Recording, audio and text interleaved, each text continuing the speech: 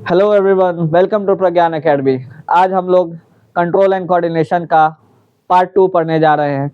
Control and coordination का part 2 में control and coordination of animal पढ़ेंगे। ठीक है, तो चलिए आगे बढ़ते हैं। हम लोगों ने पढ़ा था कि कंट्रोल एंड कोऑर्डिनेशन दो टाइप का होता है। एक होता है केमिकल कोऑर्डिनेशन और दूसरा होता है नर्वस कोऑर्डिनेशन। केमिकल कोऑर्डिनेशन क्या होता है? केमिकल कोऑर्डिनेशन हार्मोन्स के वजह से होता है। नर्वस कोऑर्डिनेशन जो है हार्मोन्स के वजह से नहीं होगा। वो किस वजह से होगा? इलेक्ट्रिकल इंपल्स के वजह से होगा। केमिकल कोऑर्डिनेशन प्लांट्स और एनिमल्स दोनों में पाए जाते हैं। नर्वस कोऑर्डिनेशन सिर्फ और सिर्फ एनिमल्स में पाए जाते हैं। केमिकल कोऑर्डिनेशन का एक डिसएडवांटेज है कि वो काफ़ी ज़्यादा धीरे रहता है। उसका इम्पैक्ट जो है सभी ऑर्गन पे स्लोली फील होगा, स्लोली असर दिखेगा, लेकिन उसका जो इम्पैक्ट है बहुत सारे ऑर्गन पे एक साथ दिखेगा। वही नर्वस कोऑर्डिनेशन में इसका इम्पैक्ट तो तेज होता है, लेकिन उसका जो इम्पैक्ट है हर ऑर्गन पे नहीं दिखेगा, एक पर्टिकुलर ऑर्गन पे दिखेगा। तो हम लोग control and coordination in animal शुरू करते हैं कि कैसे अलग अलग ऑर्गन एक साथ तालमेल बैठाता है और पूरे बॉडी को, पूरे ऑर्गेनिज्म को सस्टेन करने में हेल्प करता है। तो चलिए लेट्स डाइव इनटू इट।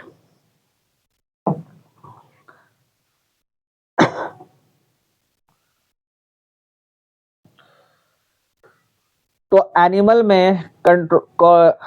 में नर्वस कोऑर्डिनेशन किसके थ्रू होता है? न्यूरॉन्स के थ्रू होता है। तो न्यूरॉन्स जो हो गया वो क्या हो गया? फंक्शनल यूनिट हो गया, याद रखिएगा। ये क्या करता है? ये इलेक्ट्रिकल इंपल्स के थ्रू जो है वो सिग्नल को इधर से उधर भेजता है। इलेक्ट्रिकल इंपल्स माने इलेक्ट्रिक के थ्रू। हमारे बॉडी में भी करंट गुजर रहा है। कितना फैसिनेटिंग बात है, ठीक है। कितना इंटरेस्टिंग है ये चीज।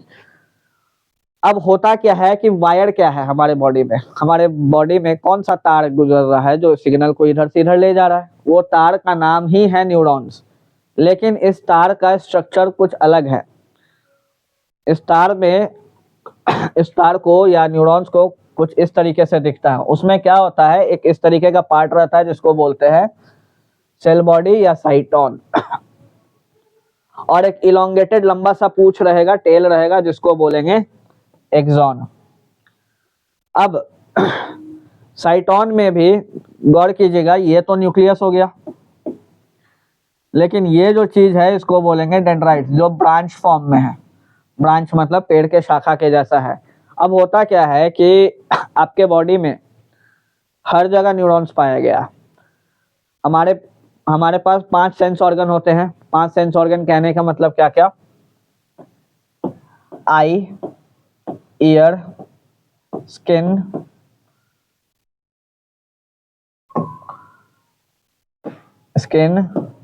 Knows and tongue. यही 5 सेंस ऑर्गन है। तो इन 5 सेंस ऑर्गन के सरफेस पे सबसे ज्यादा डेंड्राइट्स रहेगा या नर्व एंडिंग्स रहेगा। ओके, अब होता क्या है कि सबसे ज्यादा क्यों रहेगा? क्योंकि वो क्या करेगा? सिग्नल को रिसीव करेगा। लेकिन हमारे स्किन में हर जगह सेम अमाउंट ऑफ नर्व्स नहीं पाया जाता है। ऐसे समझिए कि जैसे कि अपने एल्बो के इस वाले जहाँ पे जॉइंट है वहाँ पे पिंच कर रहे हैं, तो जब पिंच कर रहे हैं बहुत जोर से तो हमको कुछ खास असर नहीं पता चल रहा है, कुछ खास सेंस नहीं कर रहे हैं। क्यों? क्योंकि यहाँ नर्व्स का क्वांटिटी कम है। लेकिन पाम पे अगर हम पिंच करेंगे तो तुरंत हमको सेंस हो जाएगा। क्यों? क्योंकि यहाँ पे नर्व्स का क्वांटिटी ज़्यादा है। ठीक है, तो नर्व्स ही जो है हमको सेंस करने में मदद करता है, हमको अपने सराउंडिंग को फील करने में मदद करता है। अब ये कैसे करता है ये चीज हम लोग समझेंगे। तो होता क्या है कि जब भी कुछ भी एक्शन हो रहा है तो रिसीव करने वाला पॉइंट जो है वो उसको बोलेंगे डेंड्राइट। डेंड्राइट जो है वो सिग्नल को रिसीव करेगा। अब वो सिग्नल को रिसीव करेगा तो इलेक्ट्रिकल सिग्नल के फॉर्म में वो एक्सॉन से होकर के गुजरेगा। ठीक है, एक्सॉन के ऊपर कवर चढ़ा होता है कहीं कहीं पे, प्रोटेक्टिव लेयर, जिसको बोलते हैं माइलिन शीथ। माइलिन शीथ क्या करता है, एक प्रोटेक्टिव कोटिंग का काम करता है, लेकिन कहीं कहीं पे माइलिन शीथ एब्सेंट रहता है। जहाँ पे माइलिन शीथ एब्सेंट रहता है उसको बोलते हैं नोड ऑफ रणवीर। ठीक है, तो इलेक्ट्रिकल इम्पल्स का जो डायरेक्शन है वो किधर रहेगा, डेंड्राइट से नर्व एंडिंग के तक रहेगा। तो ये देखिए इलेक्ट्रिकल इम्पल्स जा रहा है डेंड्राइट से नर्व एंडिंग तक जा रहा है। ठीक है, अब क्या हमारे बॉडी में एक ही नर्व यहाँ से लेके यहाँ तक है, ब्रेन तक है, हाथ के पाम से लेकर के ब्रेन तक है, एक इतना लंबा नर्व है? तो इसका आंसर है नहीं। बहुत सारे छोटे छोटे छोटे छोटे नर्व्स जो है वो जुड़ करके एक चेन बनाते हैं जो हमारे पूरे बॉडी को एक दूसरे से कनेक्ट करते हैं ताकि सिग्नल जो है अच्छे तरीके से ट्रांसमिट हो सके थ्रू आउट द बॉडी। कैसे होता है हमारे बॉडी में नर्व्स कैसे फैले हुए हैं उसका हम लोग आपको फोटो दिखा देते हैं कैसे होता है। तो 3D लाइब्रेरी में जाते हैं तो हमारा सेंस ऑर्गन हर जगह है। ठीक है, उससे सेंस सिग्नल जो है बॉडी के हर, ब्रेन को तो हर जगह सिग्नल भेजना है ना, पैर को भी भेजना है, हाथ को भी भेजना है, तो इसका मतलब न्यूरॉन्स का पूरा नेटवर्क होगा पूरे बॉडी पे। वो कैसा दिखता है उसके बारे में हम लोग समझते हैं।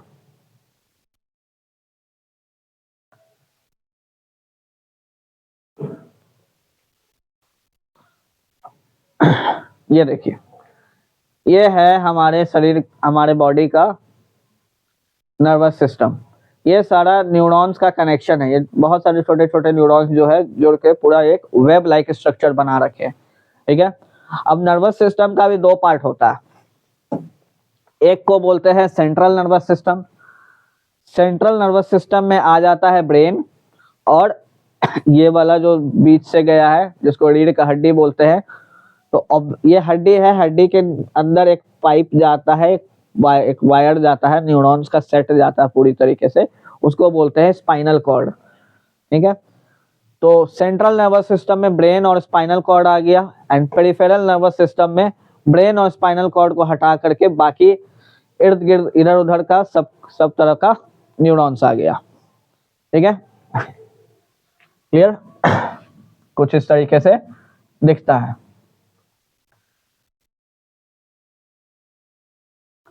ये हाईलाइट हो गया। ठीक है, रोटेट करके चारों तरफ से दिखा देते हैं। ठीक है,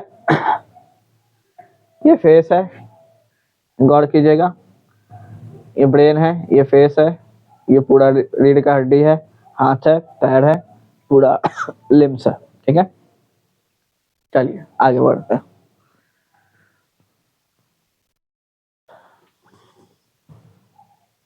अब ये तो हो गया कि एक न्यूरॉन्स में कैसे इलेक्ट्रिकल सिग्नल जो है या इलेक्ट्रिकल इम्पल्स जो है ट्रांसमिट होगा, लेकिन क्या ये न्यूरॉन्स दूसरे न्यूरॉन से डायरेक्टली अटैच रहता है, जुड़ा रहता है? इसका आंसर है नहीं। तो कैसे ट्रांसफर होता है, तो कुछ इस तरीके से समझिएगा। तो ये हो गया पहला न्यूरॉन, सॉरी,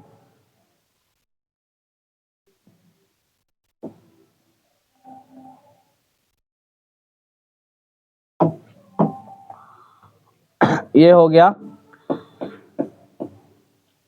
न्यूरॉन 1 और ये हो गया न्यूरॉन 2।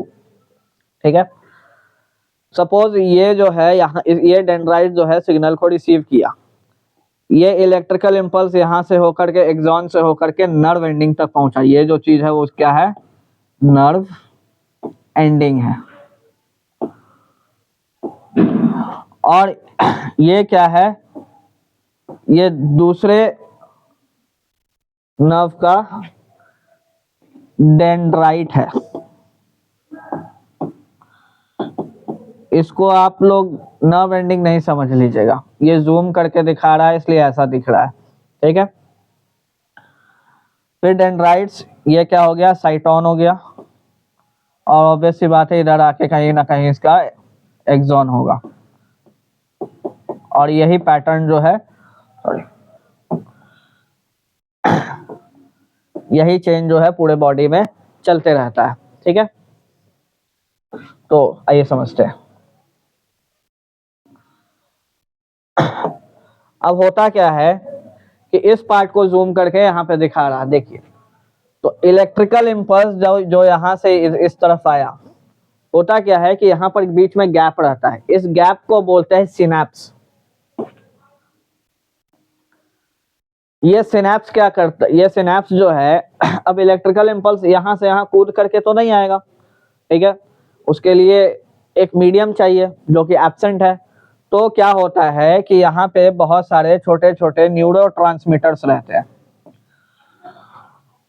तो इलेक्ट्रिकल सबसे पहला प्रोसेस क्या हुआ कि इलेक्ट्रिकल इम्पल्स जो है वो नर्व एंडिंग तक पहुंचा, यहाँ पे नर्व एंडिंग तक पहुंचा, मतलब यहाँ तक पहुंचा। उसके बाद केमिकल न्यूरोट्रांसमीटर जो है यहाँ से रिलीज हुआ और रिलीज होकर के इस ओर गया, रिलीज हुआ, गैप में गया। ये केमिकल इधर से इधर क्रॉस किया और यहाँ पे दूसरे में ये जो है ये रिसीवर है, रिसीवर को ही हम लोग रिसेप्टर बोलेंगे। रिसीव किया, ये क्या है, डेंड्राइट्स है। अभी हम लोग समझे कि यहाँ डेंड्राइट्स में आया था, इसी को जूम करके दिखा रहा है।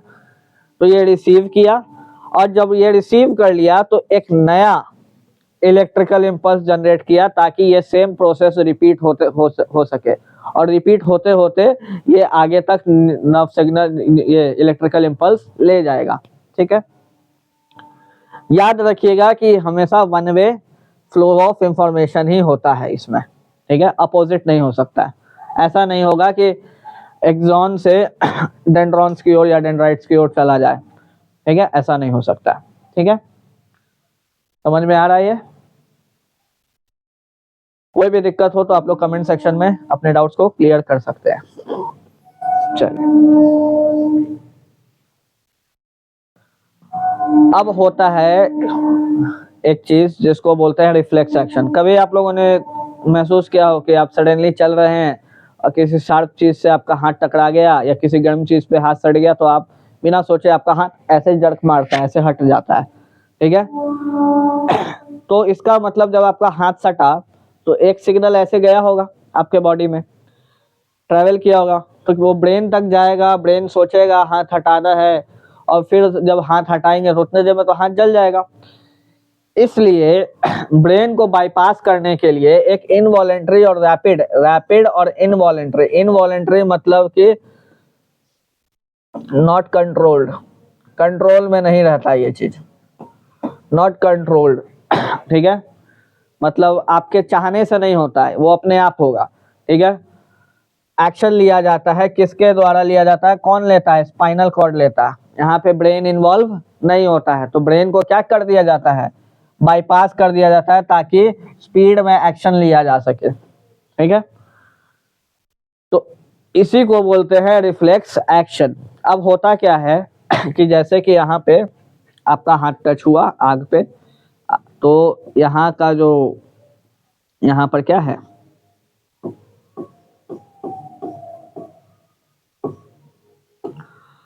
फिर यहाँ पे दूसरा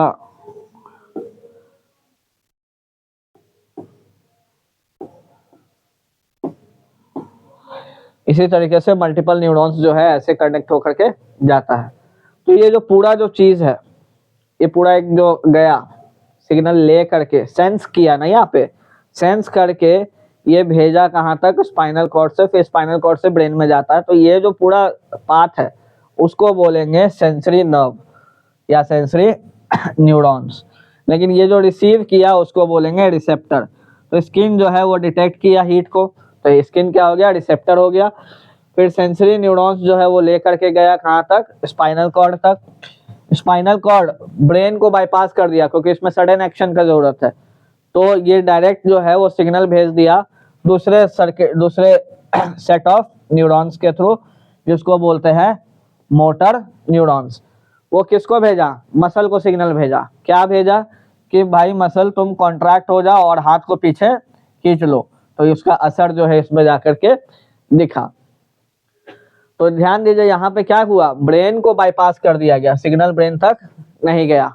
ये तभी होता है जब सडनली एक्शन लेना होता है और अचानक से होता है ये चीज। जनरल कंडीशन में ब्रेन तक चीजें पहुंचती है, ठीक है। कोई भी इलेक्ट्रिकल सिग्नल पहुंचेगा, ठीक है। रिफ्लेक्स एक्शन के केस में ब्रेन पे सिग्नल बाद में पहुंचेगा, पहले एक्शन ले लेगा कौन, स्पाइनल कॉर्ड, ठीक है। तो इसको बोलते हैं रिफ्लेक्स एक्शन। लेकिन ये जो पाथ है, इस पाथ को बोलेंगे रिफ्लेक्स आर्क।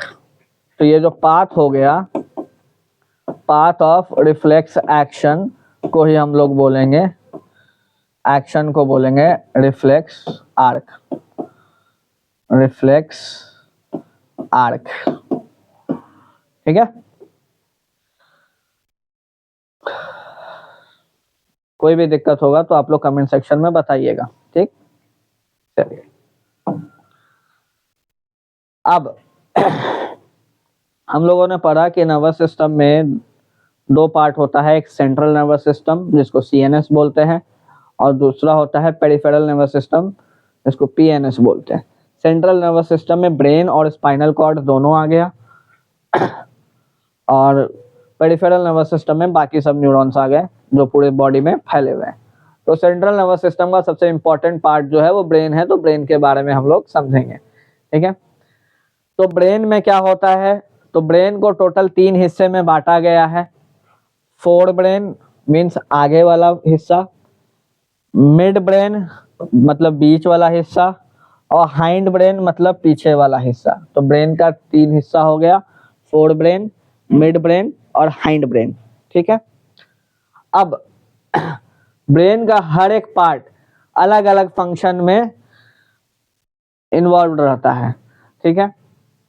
और ये हम लोग अभी ज़्यादा डिटेल में नहीं पढ़ रहे हैं क्योंकि क्लास 10th के लिए है, आगे जाएंगे तो और बहुत डिटेल में इसको पढ़ाया जाएगा।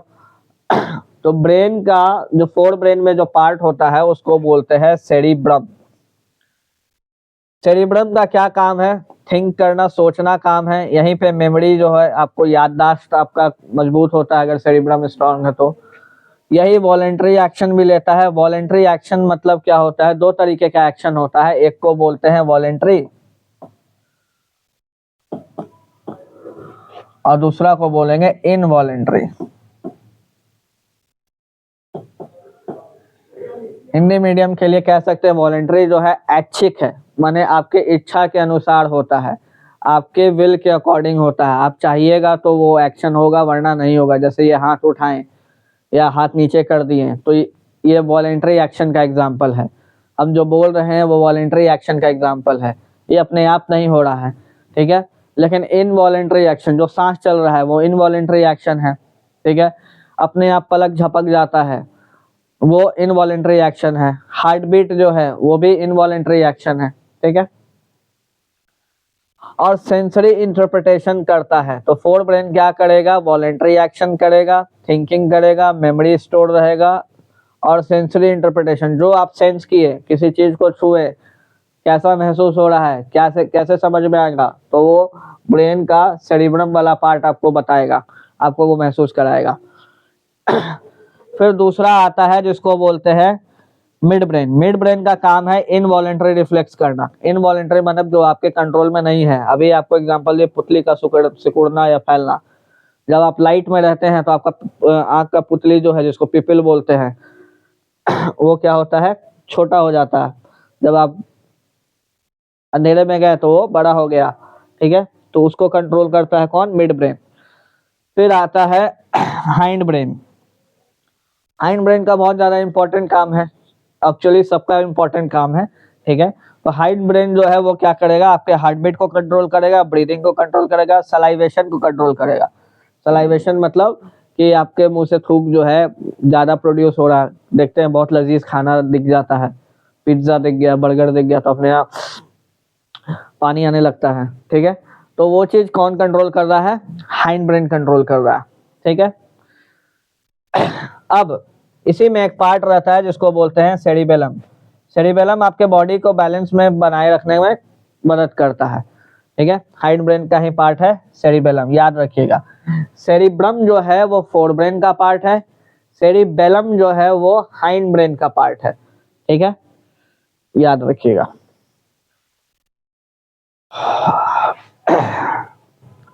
हाइंड ब्रेन में एक और पार्ट रहता है जिसको बोलते हैं मेडुला और पॉन्स, ठीक है। वो लाइफ सपोर्ट मतलब आपके हार्ट बीट और ब्रीदिंग को कंट्रोल करता है।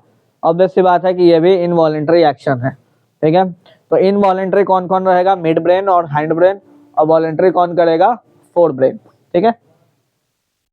चलिए आगे बढ़ते हैं। अब अभी हम लोग पढ़े थे कि नर्वस सिस्टम का दो पार्ट होता है, एक सेंट्रल नर्वस सिस्टम और दूसरा पेरिफेरल नर्वस सिस्टम। तो सेंट्रल नर्वस सिस्टम में ब्रेन आ गया और स्पाइनल कॉर्ड आ गया। याद रखिएगा कि ब्रेन के ऊपर एक फ्लूइड का लेयर होता है।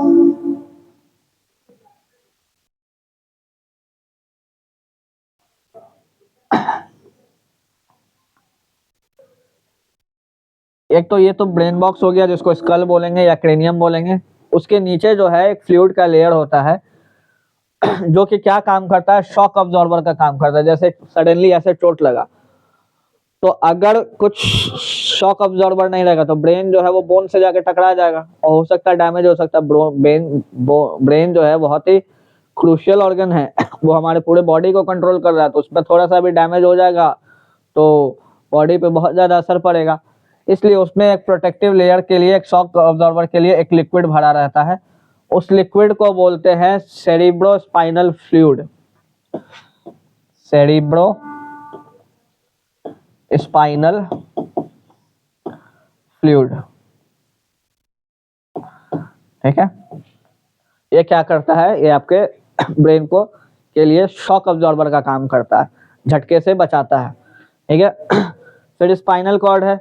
स्पाइनल कॉर्ड में ये जो है ये तो हड्डी है, हड्डी के बीच से स्पाइनल कॉर्ड गया है वह है, ठीक है।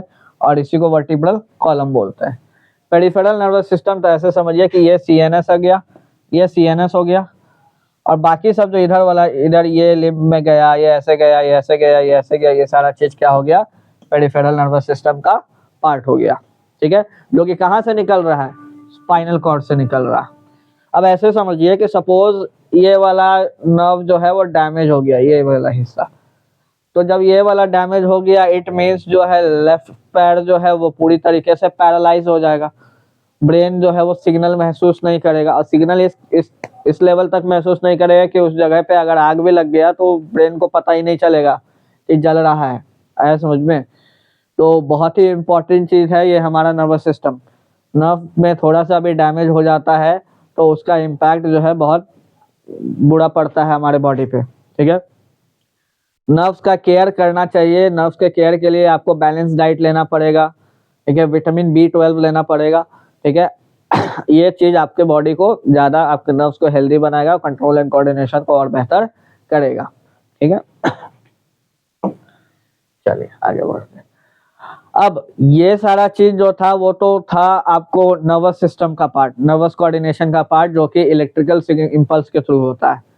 लेकिन कुछ ऐसा भी चीज है जो इलेक्ट्रिकल इंपल्स कंट्रोल नहीं कर पाता है, जिसको तो उसके खामियों को कौन पूरा करता है, chemical coordination. Chemical coordination means blood, means hormones, sorry hormones. अब उसके लिए कुछ ना कुछ ऐसे ऑर्गन्स होते हैं स्पेसिफिक जो हार्मोन्स को निकालते हैं। उस हार्मोन्स को उस ऑर्गन को बोलते हैं ग्लैंड्स।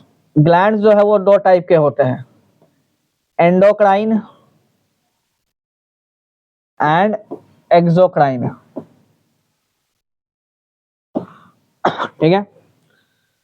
तो एंडोक्राइन कहने का मतलब क्या है कि एंडोक्राइन ग्लैंड्स क्या करेगा, डक्टलेस होता है। डक्ट मतलब होता है पाइप, तो मतलब इसमें कोई पाइप नहीं रहता है।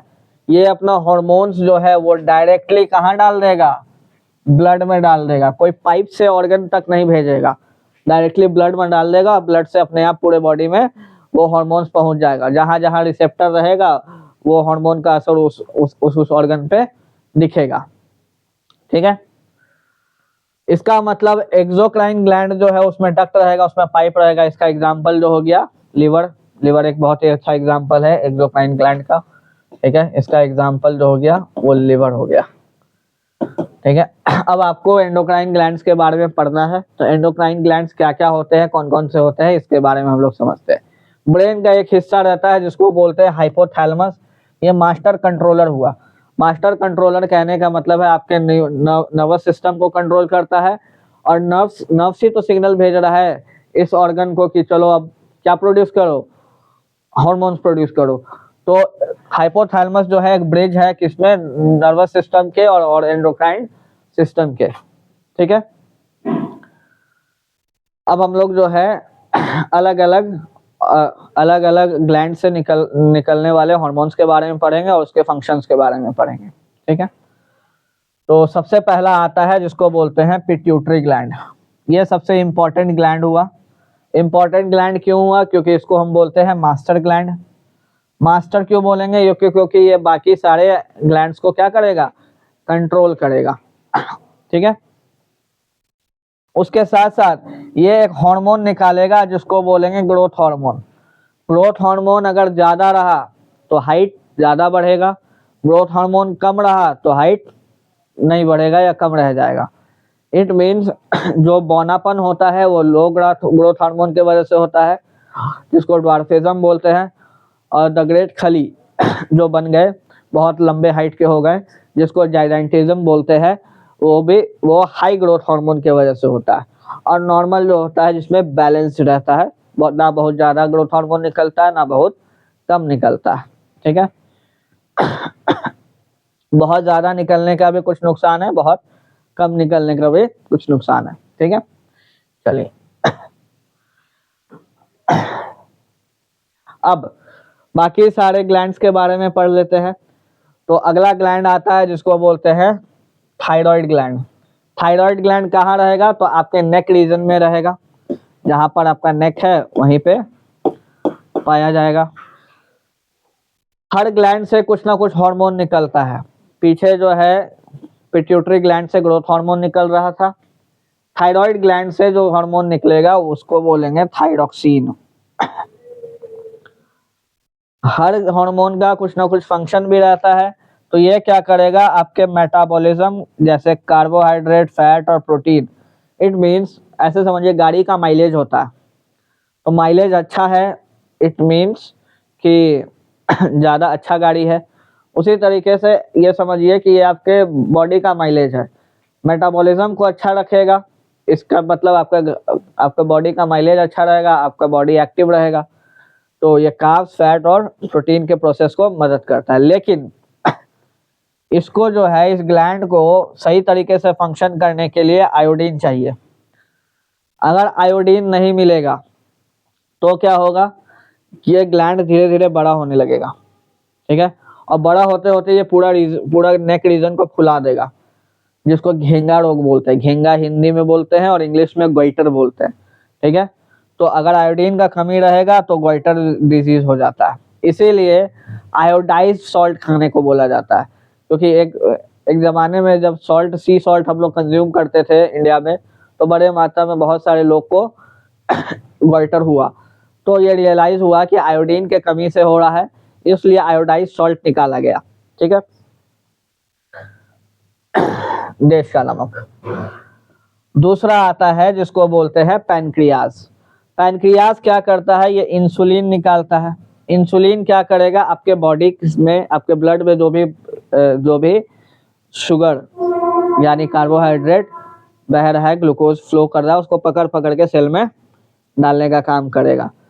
अगर आपके बॉडी में इंसुलिन का कमी है तो उसके वजह से एक बीमारी होता है जिसको बोलते हैं डायबिटीज, ठीक है।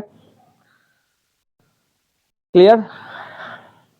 कोई भी डाउट हो तो आप लोग कमेंट सेक्शन में इसके बारे में लिख सकते हैं, ठीक है। फिर तीसरा आता है जिसको बोलते हैं एड्रिनल ग्लैंड। ये फाइट एंड फ्लाइट ग्लैंड है, फाइट और फ्लाइट ग्लैंड है। आप लोग कभी नोटिस किए होंगे कि रोड पे चल रहे हैं और चलते चलते मजे से गाते हुए चल रहे हैं, चलते चलते कुत्ता बैठा हुआ है, उसके पूंछ पे गलती से पैर लग गया या चढ़ गया उस पे, तो कुत्ता अब तेजी से भौंकने लगेगा और आपको दौड़ाने लगेगा। तो उस वक्त जिस रफ्तार से आप भागेंगे, उसैन बोल्ट को भी फेल करने का क्षमता रहता है उस वक्त, ठीक है। तो उस वक्त जिस रफ्तार से भागेंगे और नॉर्मली जिस रफ्तार से आप दौड़ते हैं दोनों में बहुत ज़्यादा डिफरेंस रहेगा, ठीक है। ऐसा क्यों? ऐसा एड्रिनल ग्लैंड के वजह से ही। एड्रिनल ग्लैंड क्या करता है, आप में फाइट या फ्लाइट रिस्पॉन्स पैदा करता है। ये क्या करेगा, आपका अचानक से हार्ट रेट बढ़ा देगा। अब हार्ट रेट बढ़ा दिया, इट मीन ब्लड फ्लो तेजी से हो रहा है। ब्लड फ्लो तेजी से हो रहा है मतलब हर एक मसल को, हर एक सेल को जल्दी जल्दी ऑक्सीजन मिल रहा है। जल्दी जल्दी ऑक्सीजन मिल रहा है तो इसका मतलब जल्दी जल्दी एनर्जी बन रहा है, तो एनर्जी बहुत ज़्यादा आ गया। अब वो एनर्जी जो है, अगर इंसान बहादुर रहेगा तो लड़ाई में यूज़ कर लेगा, डरपोक रहेगा तो भाग लेगा, ऐसा समझ में। तो इसमें क्या होता है कि आपका हार्ट रेट जो है वो बढ़ जाता है। ब्रीदिंग रेट भी तो बढ़ेगा, सिर्फ हार्ट रेट बढ़ने से थोड़ी होगा, ऑक्सीजन भी तो तेजी से चाहिए, इसलिए सांस भी हम लोग तेजी से लेने लगते हैं जब एड्रिनल ग्लैंड काफी एक्टिव हो रहता है, ठीक है। और सारा का सारा ब्लड कहाँ जाएगा, मसल के पास जाएगी। मसल सेल, तुम जल्दी जल्दी एनर्जी बनाओ, भागना है या लड़ना है, ठीक है। तो ये क्या कर रहा है, हमारे बॉडी में एनर्जी को रेगुलेट कर रहा है और इमरजेंसी में भी रेगुलेशन का काम करता है। फिर एक ऐसा हार्मोन आता है जो आपके मैच्योर होने पे एक्टिव होता है, ठीक है। बचपन में ये हार्मोन ज्यादा नहीं निकलता है, ठीक है। वो हार्मोन कहाँ से निकलेगा, तो मेल में निकलेगा टेस्टिस से, ये 2 टेस्टिस है, और फीमेल में निकलेगा ओवरी से, 2 ओवरी है, ठीक है। इसी को गोनैड्स भी बोलते हैं, इसको रीजन को गोनैड्स बोलते हैं। ये क्या करता है, ये मैनेज करता है transition to reproductive majority during puberty. Puberty कहने का मतलब है कि एक एज जब टेस्टोस्टेरोन और ओवरी एक्टिव हो गया और ज्यादा मात्रा में क्या निकालने लगा, हॉर्मोन्स को प्रोड्यूस करने लगा। ऑब्वियस सी बात है, जब हॉर्मोन्स ज्यादा प्रोड्यूस होगा तो उसका रिस्पॉन्स बॉडी पे ज्यादा दिखेगा, ठीक है। कौन से हॉर्मोन्स प्रोड्यूस होते हैं, तो मेल में जो हॉर्मोन्स प्रोड्यूस करता है टेस्टिस, उसका नाम है टेस्टोस्टेरोन।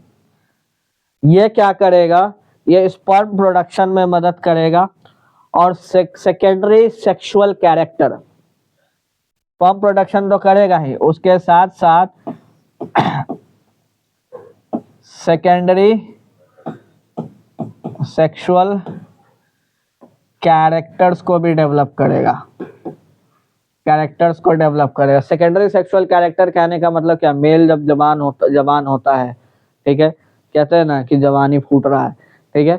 तो जब जवान होता है, इट मीन्स कि टेस्टिस एक्टिव हो गया है, टेस्टोस्टेरोन प्रोड्यूस कर रहा है, अब उसका आवाज जो होगा वो भारी हो जाएगा, ठीक है। बच्चे की तरह मीठा आवाज नहीं रहेगा, आवाज फट जाएगा। किसी किसी का कंठ जो है वो बड़ा हो जाता है और बाहर की ओर एडम्स एप्पल दिखने लगता है। फेशियल हेयर्स आ जाएंगे, ठीक है। शोल्डर थोड़ा ब्रॉडन हो जाएगा, मसल ग्रोथ जो है वो थोड़ा ज्यादा होने लगेगा, ठीक है। फेशियल हेयर्स आ जाएंगे, बॉडी में भी हेयर्स आ जाएंगे, ठीक है। ये सारा चीज जो है वो secondary sexual characters of male में आता है। और सबसे इम्पोर्टेंट काम है कि वो स्पर्म को प्रोड्यूस करता है। स्पर्म क्या है, तो स्पर्म एक सेल है जो कि रिप्रोडक्शन में हेल्प करता है, ठीक है। वुमेन में क्या होगा, वुमेन में एस्ट्रोजन बनेगा। एस्ट्रोजन क्या है, एग प्रोड्यूस करेगा। यहाँ से जो स्पर्म प्रोड्यूस हुआ वो इस एग के साथ मिलता है, तभी जाके क्या बनता है, उस प्रोसेस को बोलते हैं फर्टिलाइजेशन। ये फर्टिलाइजेशन होगा तभी जाकर के एम्ब्रियो बनेगा, वरना एम्ब्रियो नहीं बनेगा और बच्चा या नहीं होगा, ठीक है। फर्टिलाइजेशन जरूरी है। उसके साथ साथ फीमेल में भी सेकेंडरी सेक्सुअल कैरेक्टरिस्टिक को डेवलप करता है। फीमेल के बॉडी में भी कुछ चेंजेस आते हैं। फीमेल के बॉडी में क्या क्या चेंजेस आएगा, तो फीमेल के बॉडी में सबसे पहला चेंजेस आएगा कि ब्रेस्ट एनलार्जमेंट होगा, इसका साइज, ब्रेस्ट का साइज जो है वो बढ़ जाएगा, ठीक है।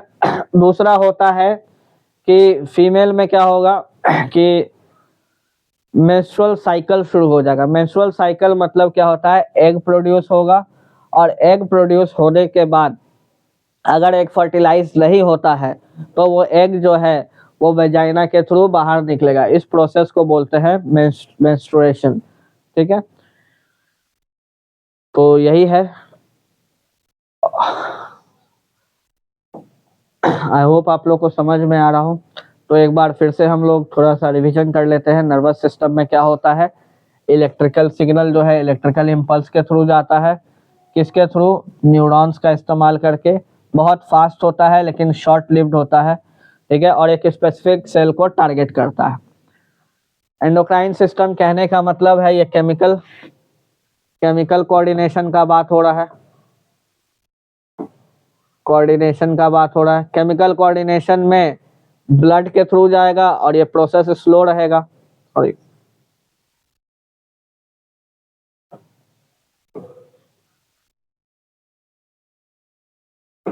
ये प्रोसेस क्या रहेगा, स्लो रहेगा, लेकिन इसका इम्पैक्ट जो है लंबे समय तक दिखेगा और मल्टीपल ऑर्गन्स पे उसका इम्पैक्ट दिखेगा, ठीक है।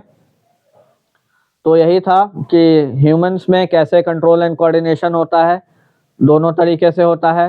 प्लांट्स के बारे में ऑलरेडी एक वीडियो बना रखे हैं, आप लोग कृपया उसको जा कर के एक बार चेक करें। और आपका कंट्रोल एंड कोऑर्डिनेशन यही समाप्त होता है। उम्मीद करते हैं कि आपको क्लास पसंद आया होगा। कोई भी डाउट होगा तो आप कमेंट सेक्शन में आप लोग अपना राय रख सकते हैं। अगर आपको पसंद आया है तो like, share and subscribe. Thank you.